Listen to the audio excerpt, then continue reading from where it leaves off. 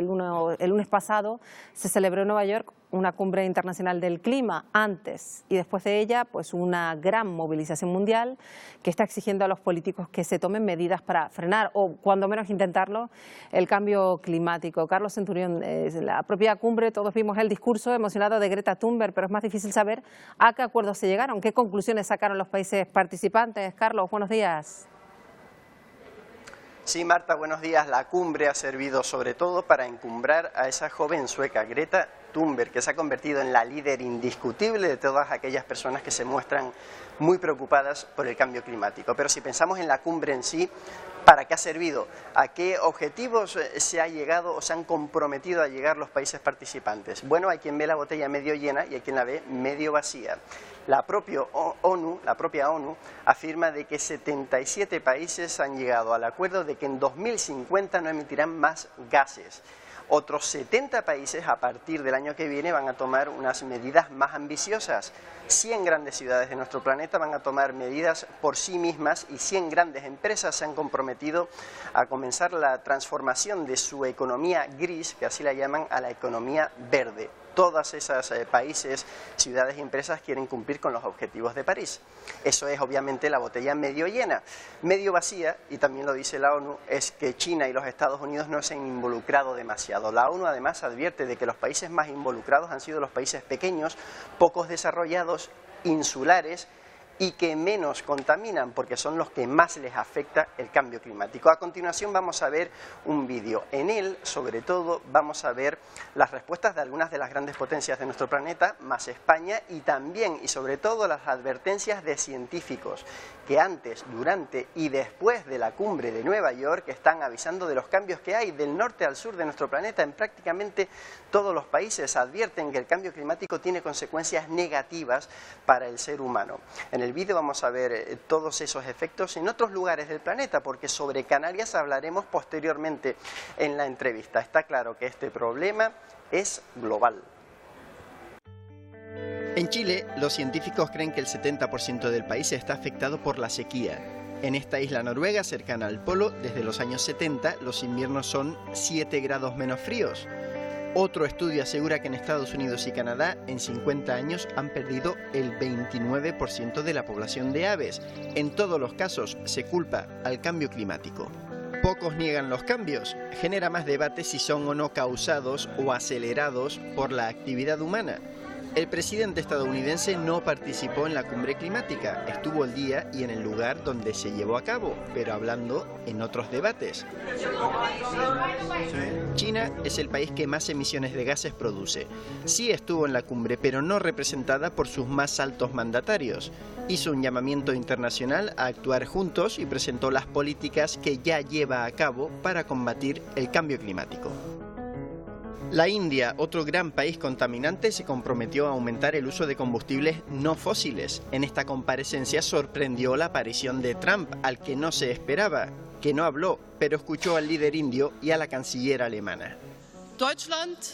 Alemania conoce sus responsabilidades nacionales e internacionales. Incrementaremos el doble nuestra aportación económica al Fondo Verde.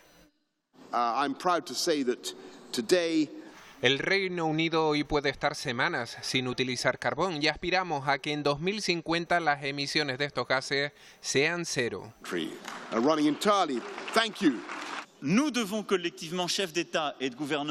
Debemos trabajar conjuntamente y más rápido, mantener la agenda de París y lograr sus objetivos. Es un placer conocer que Rusia se une a los objetivos de París. Nos encontramos ante una emergencia climática sin precedentes en la historia. Lo avala la ciencia con la fuerza de su lenguaje, con la evidencia empírica y también con la razón. Y hoy quiero reafirmar el compromiso de mi país, de España, contra la emergencia climática bajo ese mismo enfoque, el de la razón que nos asiste y nos obliga a actuar ahora. Sin embargo, ninguno de los líderes fue capaz de acaparar tantos titulares como la activista sueca Greta Thunberg, cuyo discurso emocionado ha dado la vuelta al mundo. ¿Cuál es tu mensaje a los líderes mundiales?, le preguntaron. Que les estaremos vigilando, contestó. La joven acusa a los dirigentes de no hacer caso a expertos como estos. El panel intergubernamental del cambio climático ha concluido que el deshielo aumenta, por lo que el nivel del mar podría crecer hasta 1 metro en 2100. minimize the changes that these systems are seeing. Solo podemos minimizar los cambios que estamos viendo, reduciendo las emisiones de gases de efecto invernadero. And thereby minimizing climate change. O como estos otros de la Organización Meteorológica Mundial, que señalan que el último lustro ha sido el más cálido desde que hay datos. Hay señales alentadoras, cada vez se usa más energía eólica. El problema que tenemos es el tiempo, hay que actuar lo más rápido posible. Y que además aseguran que el lustro que viene las temperaturas podrán subir algo más de 1 grado. Si de nuevo miramos localmente, vemos que los griegos ven sus lagos secarse. En Italia cierran carreteras ante el temor de que parte del glaciar del Mont Blanc se desprenda. È un allarme che non può lasciarci indifferenti, nell'illusione che non riguardi me. También en los Alpes los suizos hacen misas por los glaciares. A este lo han visto disminuir tanto que creen que en 2030 ya no existirá. Así que sus vecinos austriacos recogen hielo de las nieves perpetuas. Dan datos de cómo era la Tierra en el pasado y no quieren perderlos, pues dan por hecho que ese hielo se derretirá. Pues ya han visto ese resumen de lo que se ha hablado esta última semana en esa cumbre de la ONU en Nueva York y queremos saber si todo esto sirve para algo. Vamos a hablar esta mañana con Jaime Coello, es director de la Fundación Telesforo Bravo y además presidente de esa fundación y divulgador ambiental. Y nos acompaña esta mañana, señor Coello. Un placer que nos reciba. Muchísimas gracias. Estamos hablando de la evidencia de ese cambio climático que todavía muchos ponen en tela de juicio. Enseguida entramos sobre ese asunto, pero ahora que se habla de la conveniencia de emitir menos CO2 a la atmósfera, en eso todo el mundo está de acuerdo. El cero energético de la isla de Tenerife puede haber tenido ese efecto positivo cuando menos, ¿no? Pues sí. Dentro de tantos negativos, ¿no? Efectivamente, estábamos hablando de muchos efectos negativos, pero aparte del aspecto social de que la gente se echó a la calle, porque estamos muy acostumbrados a estar en la calle, en casa con las tecnologías, pues también se emitió durante pues, un significativo número de horas pues muchísimo menos CO2 en las centrales, que al final son centrales térmicas, queman fuel y por lo tanto producen CO2. Por lo tanto se disminuyó la emisión de manera significativa ayer, ¿no? Sí, sí, pues luego entre las partes buenas que hubo algunas y luego la hablaremos, bueno, pues estuvo esa menos emisión de CO2. El caso es que se ha vivido una cumbre muy importante en Nueva York y desde el punto de vista de una persona que se dedica a divulgar sobre el cambio climático, a prevenir a las personas sobre lo que nos espera, ¿cómo se ven estos grandes encuentros de líderes que hablan de medidas, aunque luego no se sabe si realmente son efectivas?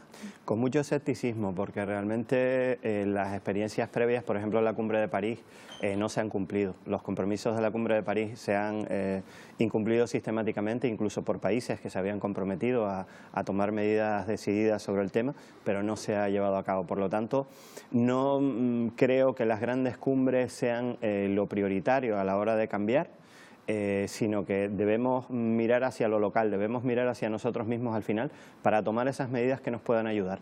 Lo positivo, pues la irrupción de figuras como Greta Thunberg, que siendo una niña, además con el problema del síndrome de Asperger que tiene, nos está diciendo las verdades del barquero a los demás, nos está diciendo que tenemos que tomar medidas decididas para cambiar esto si queremos que la especie humana sea viable. Aquí no, como hay muchos lemas que hemos visto en las manifestaciones, claro, no tiene que ver con el planeta va a seguir, el planeta tiene una historia de 4.500 millones de años y hagamos lo que hagamos los seres humanos, el planeta, es decir, como la casa, los muros de la casa, para que se me entienda, van a seguir.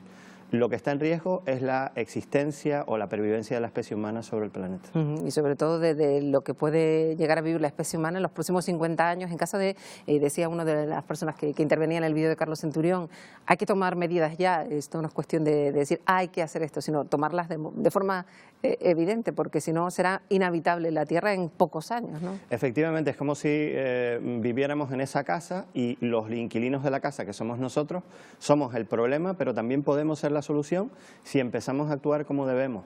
Y debemos actuar evitando que esa temperatura se incremente más allá del umbral de los 1,5 grados, que parece en todos los indicios que es a lo que vamos, hagamos o no hagamos nada, ¿no? Entonces tenemos que evitar llegar a los 2 grados de subida, porque si llegamos a los 2 grados, las consecuencias pueden ser dramáticas para el ser humano. Si hay algo que ha llamado la atención en todos estos últimos meses, ha sido ese fenómeno que se ha vivido en torno a esta figura, esta joven Greta Thunberg, que inició un movimiento que ha tenido al margen de cuestiones en torno a la figura de esta chica, que es verdad que siempre este tipo de figuras generan controversia, pero sí es que es verdad que su mensaje ha calado en chicos de todo el planeta. Esto tiene un lado muy positivo, el hecho de que los jóvenes estén tomando esa conciencia tan fuerte de lo que está pasando. Para mí es un lado, pues más allá de los matices y de las críticas que se hagan, tener en cuenta que todos los seres humanos tenemos incoherencias privadas y públicas, todos tenemos cierto grado de incoherencia.